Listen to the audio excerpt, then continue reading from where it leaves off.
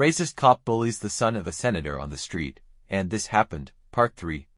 Months had passed since the incident that changed Marcus Adams's life and sparked a national movement. The Marcus Act had been signed into law, and communities across the country were beginning to see changes in their police departments. But for Marcus, the journey wasn't over. The ripple effects of his ordeal were still unfolding, bringing both challenges and opportunities. Life after the incident, Marcus had become an unexpected public figure. Invitations to speak at schools, conferences, and rallies flooded in. Though he was only 16, his voice carried weight far beyond his years.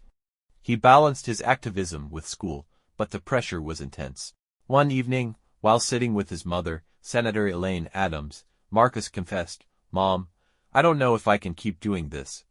I'm just a kid.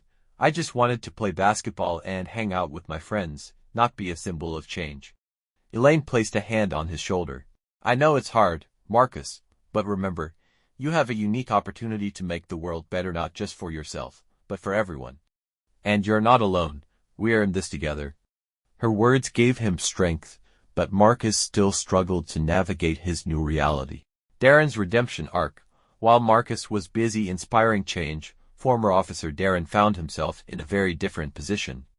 After losing his job and facing public backlash, Darren had gone into hiding, avoiding the media and public appearances. But privately, he began to reflect on his actions. One day, Darren reached out to Senator Adams through her office. He wanted to meet.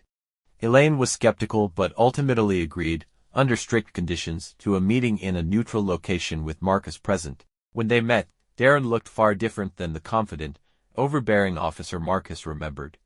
He appeared humbled, even ashamed.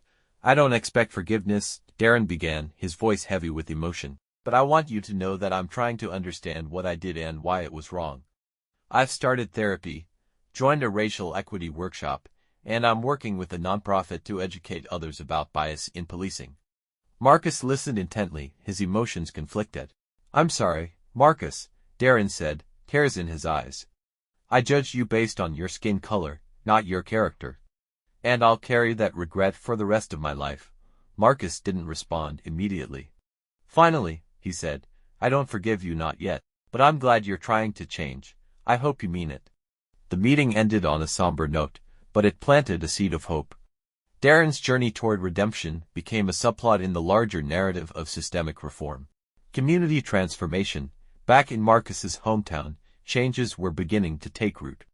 The local police department, under new leadership, launched a series of community initiatives, including open forums where residents could voice their concerns.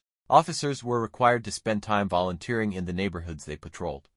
One of these events was a basketball tournament organized by Marcus and his new nonprofit, Future Forward. The tournament brought together kids, police officers, and community leaders for a day of fun and connection.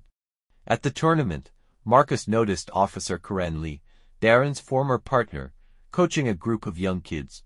She approached Marcus during a break. "Hey, Marcus," she said with a smile. "I wanted to thank you. Your courage inspired me to speak out and push for change inside the department." Marcus nodded. "Thank you for standing up when it mattered. It takes guts to do the right thing." A national impact. The Marcus Act's effects were felt far beyond their city.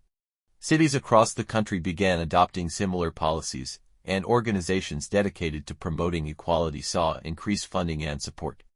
Marcus was invited to the White House to receive an award for his leadership. Standing on the grand stage, surrounded by advocates and lawmakers, Marcus gave a powerful speech. "This isn't about me. It's about all of us. It's about creating a world where every child, no matter their race or background, can walk down the street without fear. Change doesn't happen overnight, but together, we're proving it's possible." A message of hope. The story of Marcus Adams, the teenager who stood tall against injustice, became a symbol of hope for countless people. Through resilience, courage, and the determination to fight for what's right, Marcus and his family turned a moment of pain into a movement for progress. As Marcus walked off the stage, he felt a sense of peace. The journey was far from over, but he knew he wasn't walking it alone. The end of the story? No. This is just the beginning of the change we all need.